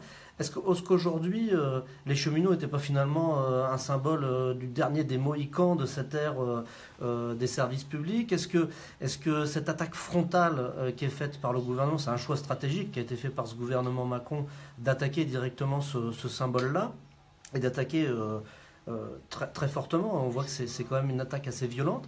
Et d'où cette réaction aussi en face de proposer aussi une stratégie de lutte, on va y venir. Mais comment on peut vivre cette attaque-là? Moi, j'ai l'impression que là, du coup, ils ont décidé de ne pas passer par quatre chemins et d'attaquer directement ce dernier symbole qui pourrait exister. C'est comme ça que vous le vivez ou c'est un peu fort? On ne se vit pas comme un dernier symbole parce que ce serait quand même très pessimiste. Il y a plein de domaines aujourd'hui où les salariés se battent et où ils gagnent des acquis et peut-être qu'ils n'ont pas une portée aussi historique et aussi symbolique que à la SNCF, mais néanmoins, on ne se vit pas comme spécialement un symbole. Par contre, il y a une vraie stratégie du gouvernement. Par exemple, quand il s'attaque au statut des cheminots, il met fin à l'alimentation du régime spécial de retraite. Et donc, il affaiblit ce régime en préparation d'une future réforme des retraites qui va toucher tous les salariés. Et on sait que les cheminots qui ont une capacité de mobilisation parce qu'on est dans une entreprise nationale, donc peut se mobiliser tous ensemble très vite, ce qui n'est pas le cas dans des branches comme la métallurgie ou la chimie, où la multitude d'entreprises fait que pour se coordonner, c'est plus compliqué. On sait que les cheminots peuvent réagir au quart de tour sur la question des retraites. Et donc, avoir une population salariée qui serait prête à réagir au quart de tour dans le cadre d'une réforme où on attaque tout le monde, c'est un problème. Donc, le gouvernement s'attaque à ce problème d'abord, avant de généraliser la réforme.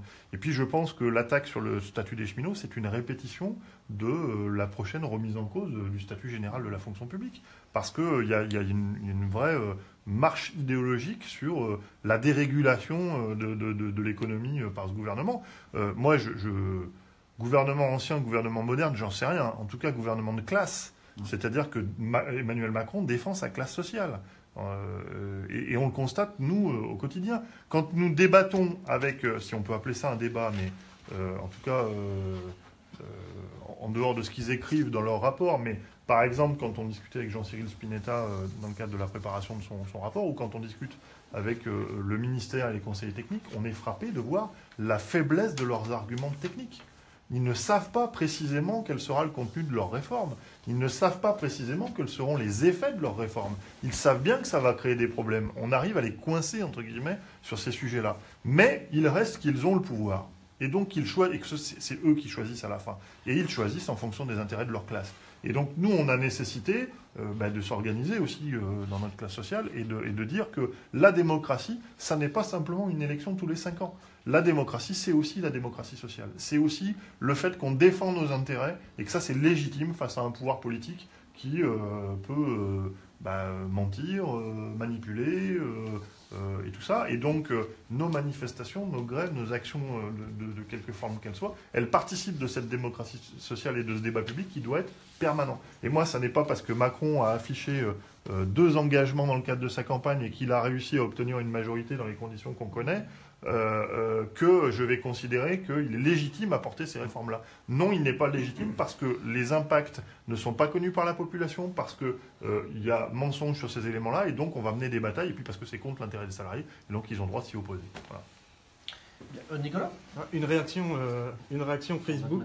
Ouais, peut-être un micro. Voilà, c'est bien. Petite réaction. C'est les joies du direct. Petite réaction Facebook, on a la question de Rachel qui apporte peut-être des solutions aussi à tout ça. Alors on en parlait au début de l'émission.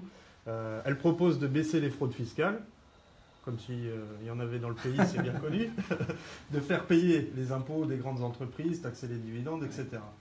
Elle propose aussi de ne pas supprimer les statuts. Alors ça va me renvoyer vers une question que vous ne voyez pas encore venir, mais je vais y arriver. Donc, j'avance masqué. Elle précise même que nous faisons partie des pays les plus productifs au monde. Alors on a beaucoup parlé effectivement des cheminots, on a beaucoup parlé de l'énergie, on a beaucoup parlé de la fonction publique, mais la question qui peut intéresser nos auditeurs, est-ce qu'il y a un lien entre les services publics tels qu'on les conçoit ici autour de la table et l'industrialisation du pays, puisqu'aujourd'hui on voit qu'on privatise à tout va, on voit qu'on se débarrasse des derniers pans d'histoire évoqués par le Conseil national de la résistance, etc. Mais concrètement, aujourd'hui, les entreprises, elles se barrent, quoi. Donc, est-ce qu'il y a un lien peut-être à tout ça ? Avec la réindustrialisation de la France, alors effectivement... C'est très clair. Enfin, nous, quand la concurrence a été ouverte dans le fret ferroviaire, donc le transport de marchandises, on avait une filière qui utilisait, par exemple, c'est un exemple parmi d'autres, qui utilisait massivement le fret ferroviaire, c'était la filière bois. Le fait d'ouvrir la concurrence a amené à l'augmentation des prix. Parce que à l'époque, on considère, contrairement à ce qu'on peut entendre de temps en temps, ça fait baisser les prix. Non, ça fait baisser les coûts, mais ça fait augmenter les marges, donc on augmente les prix dans la même logique. L'augmentation des prix sur la filière bois fait que la plupart des gares bois ont été fermés. La filière bois s'en est trouvée extraordinairement affaiblie en France. Or, nous avons pourtant un domaine forestier largement important, qui pourrait être beaucoup plus exploité que ce qu'il est aujourd'hui. Mais pour ça, il faut mettre en place des solutions de transport, il faut mettre en place des solutions logistiques, et puis après, il y a une vraie politique industrielle qui manque quand même dans ce pays. Mais oui, bien sûr, les services publics peuvent avoir un impact positif ou négatif selon qu'ils sont créés ou pas sur l'industrie. J'ajoute que les services publics, ils ont aussi une efficacité en propre, mais ils ont une efficacité quand ils sont combinés. Et il y a aussi un impact sur l'affaiblissement d'un service public sur les autres services publics. Et je vous donne un exemple très concret. À Cosne-sur-Loire, il y a un hôpital qui n'avait pas d'infirmier anesthésiste. Nos camarades de la santé ont trouvé un volontaire pour aller travailler à Cosne-sur-Loire dans l'hôpital dont les services avaient besoin d'un infirmier anesthésiste. Il a pu y aller parce que sa femme qui travaillait en région parisienne pouvait, grâce au train, continuer à conserver son travail. Dès lors que les horaires de train, et le train en l'occurrence qu'elle utilisait a été supprimé, elle n'a plus pu conserver son travail, donc l'infirmier anesthésiste est retourné à Paris. Et l'hôpital de Cosne-sur-Loire s'est retrouvé sans infirmier anesthésiste. Comme quoi, il y a une vraie complémentarité entre les services publics qui peut être mis en œuvre et un effet d'efficacité dans le territoire. Voilà. Baptiste ? Pour aller dans le même sens, aujourd'hui, la commande publique, parce qu'on est en train de tailler allègrement dans les budgets publics, elle est beaucoup fondée sur le moins-disant. Bon. Si on était sur une autre logique et qu'en particulier on fasse en sorte que la commande publique, elle se fonde sur des critères sociaux, sur des critères environnementaux, sur le fait qu'on travaille plutôt dans la proximité, ça serait un levier extrêmement puissant de redéveloppement d'un tissu industriel en France. C'est-à-dire que si la puissance publique en France faisait le choix de se fournir au plus proche dans tous les domaines, l'ensemble des fournitures, c'est massif. Ça va des cantines scolaires différents matériels dont les personnels ont besoin, véhicules, etc. Enfin voilà, s'il y avait une autre philosophie de la commande publique et s'il y avait les moyens financiers qui étaient mis à disposition pour ça, ça serait vraiment un levier extrêmement puissant. C'est des dizaines, des centaines de milliards tous les ans qui pourraient aller alimenter l'appareil productif français. Je voulais juste, parce qu'il y avait une question sur la fraude fiscale. Les libéraux nous disent chaque enfant, quand il naît en France, naît avec une dette de 31 000 euros. Bon, les frères Bocquet. Désolé, vous allez finir par avoir des idées sur mes préférences partisanes, mais bon, peu importe. Les frères Bocquet ont fait un calcul. Si on allait récupérer l'ensemble de la fraude fiscale en France aujourd'hui, chaque enfant dans notre pays naîtrait avec un crédit de 70 000 euros. Donc tout ça est bien une construction idéologique et une manière de présenter les problèmes. Volonté politique. Voilà. D'ailleurs, les frères Bocquet qui ont écrit un très bon bouquin qui s'appelle Sans domicile fisc. Si je me trompe pas. Il est difficile de développer des services publics si on n'a pas d'industrie. Et d'ailleurs, dans l'énergie, nous, on regrette aujourd'hui que le gouvernement ait laissé fleurir les éoliennes partout dans les champs de France et de Navarre, payées pour la plupart avec l'argent public et qui se retrouvent aujourd'hui dans le giron du secteur privé. Et ça, c'est complètement dramatique. On aurait pu avoir une véritable filière structurée, organisée, où on aurait formé des salariés sur les compétences nécessaires pour assurer l'organisation de ce secteur, enfin de cette filière, pardon. Mais on voit aussi que d'autres choix sont aussi possibles pour justement faire comprendre aux usagers qu'on peut se passer des services publics. C'est par exemple le choix demain de délocaliser les outils de production en dehors du territoire et de travailler plutôt à installer des lignes qui vont alimenter tout le territoire français. Ce qui veut dire, je donne un exemple, il est plus facile peut-être aujourd'hui pour le gouvernement en place de réfléchir à fermer les centrales de production d'électricité nucléaire et puis d'aller investir demain en Europe, dans les pays de l'Est, pourquoi pas, pour aller construire des réacteurs. Et d'ailleurs, au-delà des pays de l'Est, mais parce qu'il y a une réflexion qui est beaucoup plus globale avec la délocalisation de la production. Et donc, pour nous, c'est la fuite de l'industrie et du fleuron de l'industrie française, parce que la filière nucléaire, de l'amont à l'aval, c'est quand même aujourd'hui une valeur sûre, même si ça fait beaucoup débat dans la population, vis-à-vis de ce que représente la filière et on va dire de la crainte et du danger que beaucoup y voient. Donc nous, au travers d'ailleurs de la campagne confédérale autour de l'industrie, pour ce qui est de notre fédération, on a œuvré à mettre en avant justement tout le besoin nécessaire de redonner corps à l'industrie dans les territoires et donc d'investir et que l'État puisse travailler et répondre aux projets qui sont travaillés par les camarades pour développer des emplois et assurer donc les services publics. Voilà. L'un va de pair avec l'autre. On va poursuivre sur cette dernière ligne droite d'émission, parce qu'on a largement débordé de l'horaire qu'on s'était fixé, mais bon, après tout, on est aussi encouragé sur les réseaux sociaux. En tout cas, on vous remercie de tous les commentaires, les réactions, et voilà, ça permet aussi de poursuivre et de continuer dans ce sens. On va évoquer maintenant la stratégie peut-être de la lutte, en tout cas ce que va pouvoir proposer la CGT, peut-être on l'espère dans l'unité. Donc on l'a évoqué en début d'émission, le 22 mars, donc cette grande journée d'action avec plein de manifestations prévues dans le pays, une grande manifestation prévue donc sur Paris avec une convergence qui aura lieu de 2 manifestations et qui arriveront à Bastille, avec l'idée d'avoir aussi beaucoup de participation. Au-delà du 22, alors il y a le rythme qui a été donné, on va l'évoquer sur ce calendrier de lutte qui a été porté médiatiquement, et donc avec Laurent va y revenir, mais sur ces 2 journées, sur 5 jours de grève, sur 3 mois. Les cheminots vont rythmer forcément ce printemps, mais c'est pas l'affaire que des cheminots, évidemment, l'attaque qui a lieu. On l'a dit tout à l'heure, derrière on sent qu'il y a une forte remise en question d'un ensemble. Comment Alors peut-être on va commencer par Laurent qui va nous expliquer d'abord la stratégie novatrice qui a été mise en place.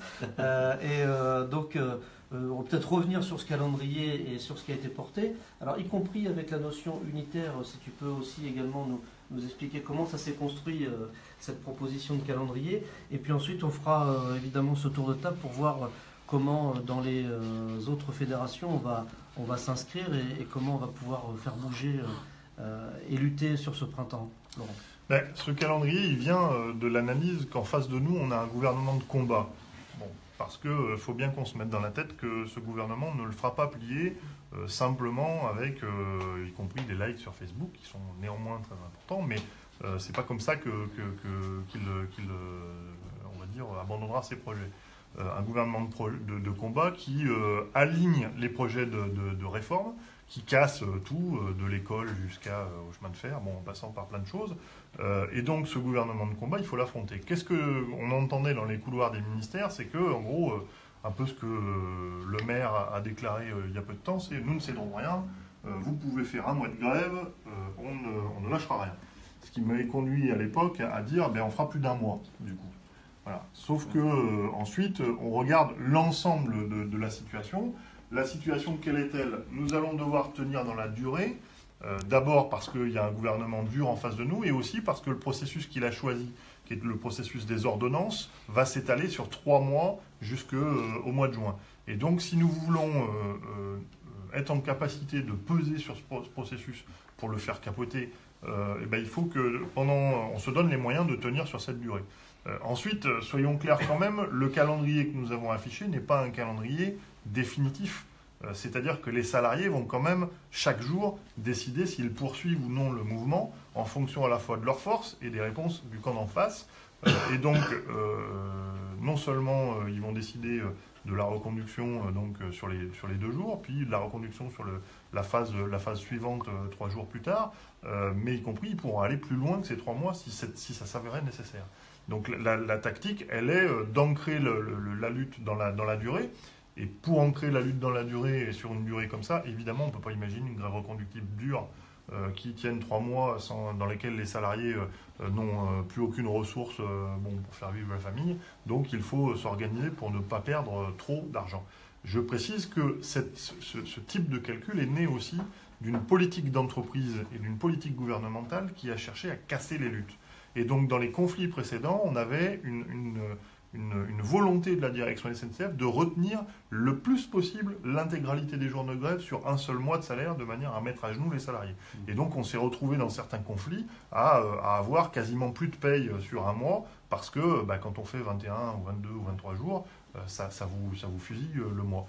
Cette tactique-là, on s'y adapte aussi. C'est-à-dire que la violence patronale, on s'y adapte, et on a pris un peu de cours le gouvernement et la direction SNCF qui ne s'attendaient pas à ce qu'on réagisse de cette manière-là. Ils s'attendaient plutôt à un mouvement assez classique.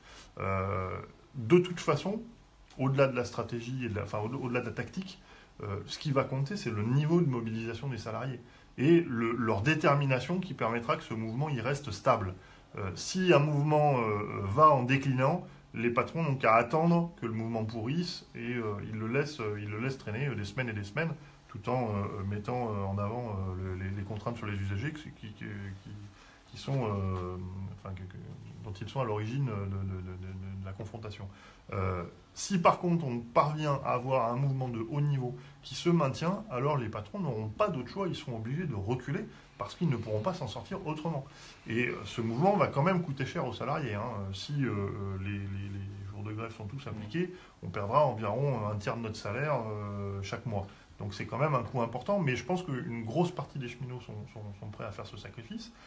J'ajoute pour terminer que le fait que ce conflit puisse éventuellement durer dans le temps fait qu'on pourrait aussi, au fur et à mesure du temps, construire des convergences avec d'autres salariés qui aujourd'hui sont peut-être pas immédiatement mobilisés, mais qui pourraient Dans ce contexte-là, se poser la question, si moi aussi dans mon entreprise j'ai des problèmes, et pourquoi pas je profiterai de ce contexte pour porter mes revendications, me battre en même temps, parce qu'on sait très bien que quand on y a un contexte de lutte, même si les revendications ne sont pas forcément les mêmes, n'empêche que quand il y a un contexte de lutte collective, ça aide quand même à obtenir satisfaction et ça fait peur au patron. Sur ce contexte de lutte collective, comment vous allez, est-ce que vous avez déjà une réflexion dans vos fédérations sur ce calendrier qui est proposé? Est-ce qu'il y a la volonté d'aller au-delà du 22 mars déjà dans la Fédération des services publics, Baptiste?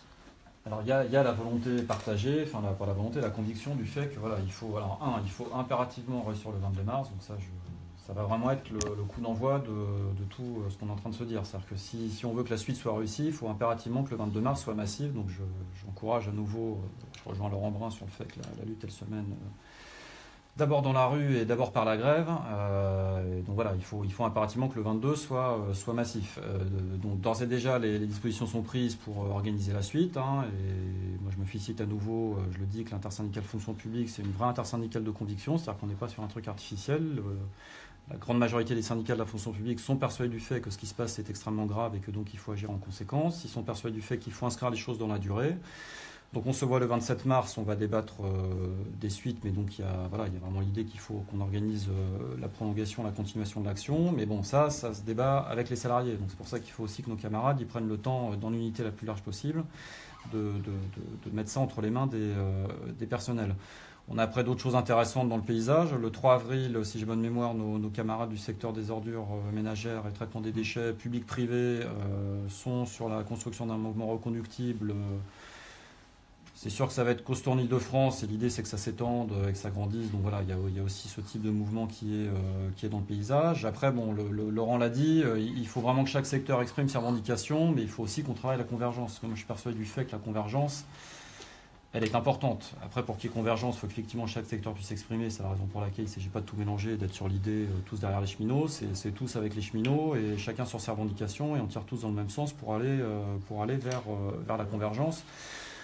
Avec, je pense aussi l'idée que, on est sans doute à un moment clé dans l'année 2018, voire dans le quinquennat. Il ne faut pas non plus qu'on se dise qu'on est au bord du précipice et que, si on ne gagne pas tout maintenant, après on sera mort. Et voilà, je veux dire, quoi qu'il arrive, il y aura de toute façon la CGT, il y aura de toute façon des luttes, on continuera à se battre quoi qu'il arrive. Mais voilà, quand même qu'on se dise qu'on est à un moment très particulier.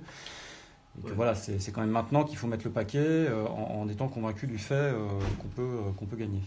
Toute la difficulté de la construction, de la convergence des luttes, sur le fait de proposer aux salariés de se retrouver dans une action pour défendre leurs revendications et en même temps de le construire tous ensemble. Oui. On émet beaucoup d'espoir, évidemment, en tant que militant, on le souhaite. On le souhaite même d'ailleurs depuis plusieurs années. On est peut-être à l'aube de quelque chose d'intéressant, en tout cas, et qui pourrait nous amener vers ça. Sébastien, dans l'énergie, ça se construit comment ? Dans l'énergie, on va essayer de travailler la convergence, déjà sur le secteur énergétique, parce que moi je suis convaincu qu'aujourd'hui on est à un tournant de l'histoire des gouvernements qui se sont succédés là, et qui n'ont créé les conditions que de casser du sucre sur les droits des travailleurs et sur le code du travail. Quand je dis ça, c'est parce que sur notre fédération, on a des salariés. Je l'ai dit tout à l'heure, j'ai pris l'exemple des hydrauliciens, mais on a par exemple les salariés aussi des centrales au charbon qui se battent pour pas que les derniers sites qui sont encore en exploitation ferment. Et donc justement, on travaillait des projets pour envisager l'avenir et envisager des nouveaux outils de production sur les sites existants. Je pense à Cordemais, les camarades de Gardanne, mais c'est aussi autour de ces centrales au charbon, les zones portuaires, qui représentent des centaines et des centaines de salariés, donc on n'a pas forcément que les énergéticiens qui sont touchés. Et les camarades se sont rencontrés la semaine dernière et ont décidé qu'après le 22, c'est toutes les semaines qu'ils feraient des initiatives de mobilisation et de grève. On a aussi dernièrement les salariés de la protection de sites des centrales nucléaires qui se sont mobilisés pendant 4 semaines pour exiger de meilleures reconnaissances salariales vis-à-vis du travail qu'ils font au quotidien pour assurer la protection des sites nucléaires. Et ils estiment qu'aujourd'hui leur travail n'est pas assez reconnu. Et d'ailleurs, nous, la fédération, on le partage. D'ailleurs, on a porté ce mouvement. Aujourd'hui, il y a des négociations qui se situent au niveau du local, donc dans toutes les centrales. Mais ces négociations, enfin ces discussions, c'est pas des négociations, c'est pseudo-discussions. Si elles aboutissent à rien, les camarades, ils vont rebattre le pavé, et tant mieux. Donc on a une fédération où ils grenouillent beaucoup de choses. Il y a en effet des luttes qui se mènent un peu partout, et nous, notre responsabilité, c'est d'essayer déjà de faire converger sur le secteur, de faire prendre conscience qu'ensemble, on peut être plus fort. Et puis vis-à-vis du mouvement social, par rapport au 22 et les suites, moi j'ai envie de dire, il y a le 19 avril où la Confédération CGT appelle à une mobilisation interprofessionnelle, donc on va s'y inscrire. Et qu'est-ce qui va se passer entre les deux? C'est ce que je viens de dire. Il y a tous les secteurs différents à mettre en exergue et à se mobiliser, et puis à rechercher la convergence la meilleure possible pour que chaque semaine, moi je le dis, chaque semaine il se passe quelque chose. Quand on voit le calendrier qu'ont décidé nos camarades cheminots, on peut très bien converger chaque semaine avec les camarades, pas en solidarité, mais bien sûr notre cahier revendicatif, pour justement être plus fort, et puis créer peut-être, et moi j'y crois fort, la révolte citoyenne et la révolte sociale dont on a besoin depuis très longtemps. Beaucoup d'espoir ce soir dans l'énergie du mardi. Nicolas, des questions, réactions? J'en ai pas plus pour l'instant. Est-ce que vous souhaitez peut-être dire un dernier mot? Parce que maintenant, on a passé déjà 2 heures ensemble, c'était formidable, très riche, très intéressant, et on n'exclut pas le fait de refaire des émissions peut-être au cours du printemps pour revenir ensemble et peut-être même élargir aussi le plateau de cette émission pour aller chercher d'autres camarades dans d'autres fédérations aussi pour converger et évoquer ensemble la situation. Laurent, alors en termes de conclusion, mais plutôt d'espoir ou en tout cas d'appel aussi à la participation notamment de jeudi. Peut-être plus sous forme d'appel, effectivement. Bon, d'abord, tout à fait, il faut réussir chaque action qu'on propose. Donc le jeudi, il faut vraiment une mobilisation importante des salariés, des usagers, des services publics, du chemin de fer, de l'énergie, des services publics. Mais au-delà de ça, je pense que le travail de convergence qu'on crée, y compris d'ailleurs au travers de cette émission, au niveau national, il faut qu'il se déploie dans le territoire. Il faut aussi qu'au travers de nos unions départementales et nos unions locales, on puisse avoir des rencontres de nos camarades au plus près du terrain, de manière à ancrer cette espèce de convergence dans la réalité, pas simplement au travers des projets nationaux, mais vraiment sur le territoire, de quoi on a besoin en termes de réponse à nos attentes en tant que citoyens, en tant que salariés. Et si ça, on arrive à le décliner sur le territoire, alors on aura une véritable machine de guerre, parce que la CGT est une organisation de lutte, structurée pour la lutte. Si on arrive vraiment à ancrer ça dans le territoire, y compris, ça pourrait être l'occasion justement de salariés d'entreprises privées qui, au niveau national, voient peut-être pas forcément les convergences, mais qui, au niveau local, pourraient parfaitement mesurer en quoi, dans leur ville, c'est important d'avoir une poste, d'avoir une trésorerie, d'avoir des pompiers ou je ne sais trop quoi, une gare, etc., une antenne d'EDF, bon, voilà. Tout ça, ça peut être mesuré au niveau local. Donc moi, j'appelle aussi nos militants à prendre contact entre eux, quoi, à développer un peu le travail de coopération qu'on fait, nous, à l'échelle nationale. Alors, juste pour évoquer aussi, parce qu'on a parlé beaucoup évidemment des actifs, mais un mot sur les retraités qui étaient en lutte le 15 et qui évidemment vont s'inscrire dans les luttes, puisque c'est pas une force d'appoint, les retraités, c'est véritablement, ils ont des revendications et notamment les attaques aussi de ce gouvernement sont assez puissantes et assez fortes sur le pouvoir d'achat des retraités. Donc ils sont dans la lutte et ils vont s'inscrire évidemment dans cette lutte du printemps. Donc voilà, je voulais juste rajouter ce message-là pour essayer aussi que tout le monde soit concerné. Baptiste, on est sur la fin de cette émission. On a évoqué les espoirs pour le 22 et la construction à suivre. Tu voulais peut-être dire un autre mot? D'abord, tu parles à l'instant des retraités. Tout le monde s'est accordé à dire la semaine dernière qu'on était sur une mobilisation d'un niveau qu'on n'attendait pas. Donc ça fait aussi partie des éléments de température. Il y a quand même un certain nombre de signaux encourageants. Enfin, nous, on progresse en syndicalisation dans notre champ. C'est-à-dire que les personnels, ils veulent se battre et ils veulent tellement se battre qu'ils se syndiquent à la CGT. D'ailleurs, bon, on est sur la fin sur l'espoir. Il y a quand même, sans vouloir dramatiser, un élément peut-être qu'on n'a pas dit. Il n'y a pas de hasard au fait que le gouvernement aujourd'hui, et derrière lui le capital, s'attaque à des secteurs où il y a des syndicats forts et en particulier à la CGT. Donc ce qui est en jeu aussi quand même, c'est la capacité demain du monde du travail d'avoir un syndicat fort avec des droits syndicaux, parce qu'il y a quand même tout un tas de dispositifs d'attaque en règle contre les droits syndicaux. Et on n'enlèvera pas moi de l'idée que la cible principale dans cette affaire, c'est bien la CGT. Donc il y a aussi un enjeu extrêmement important pour la CGT. C'est la raison pour laquelle effectivement il faut que l'ensemble des militants de la CGT aujourd'hui soient sur le pont. Donc ça veut dire qu'il faut sortir des bureaux, ça veut dire qu'il faut passer le moins de temps possible avec le patron. Philippe Martinez a eu une formule intéressante, j'espère que je vais la retrouver. Et voilà, il faut passer du temps à discuter avec ceux qu'on a une chance de convaincre. C'est assez intéressant.